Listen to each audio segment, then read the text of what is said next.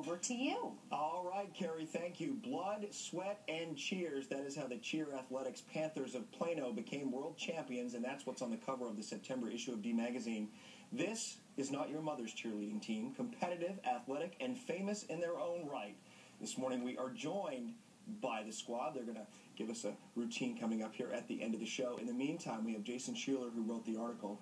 Tim Rogers is also here. He's the editor of D Magazine, and Brad Habermel is the coach. And we didn't have a sectional, so we want you boys to get cozy here, because we're gonna talk about this. Goes without saying.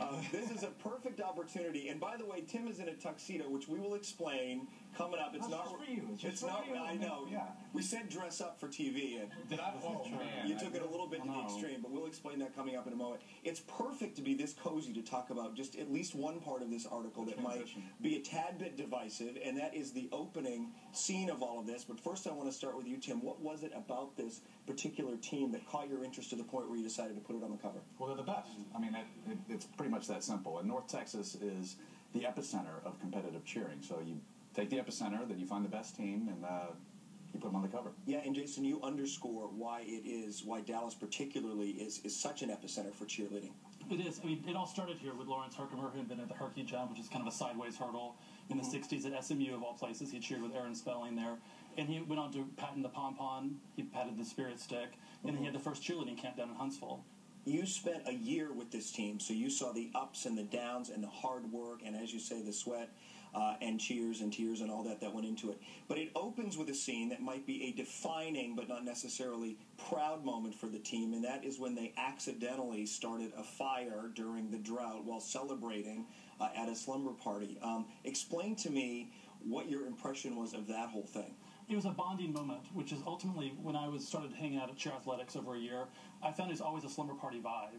Yeah, that's what's part of the magic of the squad, is these 30 girls come together, they bond, they're incredibly close, they're incredibly tight, and they have bonding moments. And that was one of the bonding moments that kept coming up over my interviews, over the course of interviewing a lot of the cheerleaders, a lot of the parents. They kept saying, that slumber party with the fire, the slumber party with the fire, and they took away a red bow from that, which right. They got the red bow from the fire, and they started to tweet that they were hot and on fire. And Brad, what was your reaction? Because I know there was some criticism that they began tweeting and taking pictures of this fire and should have been helping to put it out. Not the proudest moment, and would you say that's the moment in the story that maybe you cringe a little bit at? You know, it's that party was not a Cheer Athletic social event. There were no coaches there. Right. Basically, it was a team bonding event.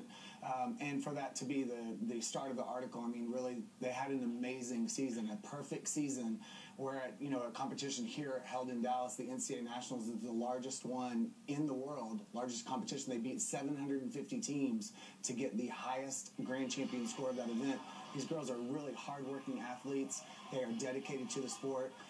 They are leaders in their school, and they're teenagers. But it's hard to dispute it was a defining moment for them. I mean, it sort of became the theme that ran throughout the year. And whether you read the article and come across as it being a moment where perhaps they were a bit mindless or maybe thoughtless. Exuberant. They were exuberant. I don't think they were. No, certainly they weren't thoughtless, and certainly they weren't mindless, because they actually put out the fire, right? Like I really want to stress that they didn't just start a fire and walk away and start tweeting. Right. But also what Brad's right about is that bonded them, that made them work harder throughout the year, and that brought them together as a team. Right. And to your credit, you cover that thoroughly. That this is becoming, and this team represents what is a shift in the culture of cheerleading, and that is, it's not just about rah-rah, we're pretty, and we're cheering on the guys who are playing on the field or on the court, but this is actually real athletics. It is. These are incredibly dedicated, hardworking athletes that come to All-Star Cheerleading because it is a sport unlike any other.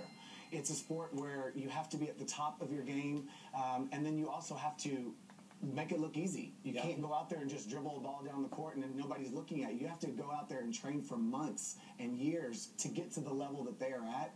You got to make it look effortless. It's a magical sport, and it has so much energy, and there's so much positive that comes from being a part of it. And they are going to demonstrate that coming up here at the end of the show. I want to thank you guys. And Tim Rogers, by the way, is doing a tuxedo challenge, and we're going to put more information on that on Facebook. But you've been challenged to wear a tuxedo for more than the average person should have to, day and night. So we're going to post about that challenge as well on our Facebook page. Tim, Jason, Brad, thank you for getting cozy and talking about this. All right, back to you.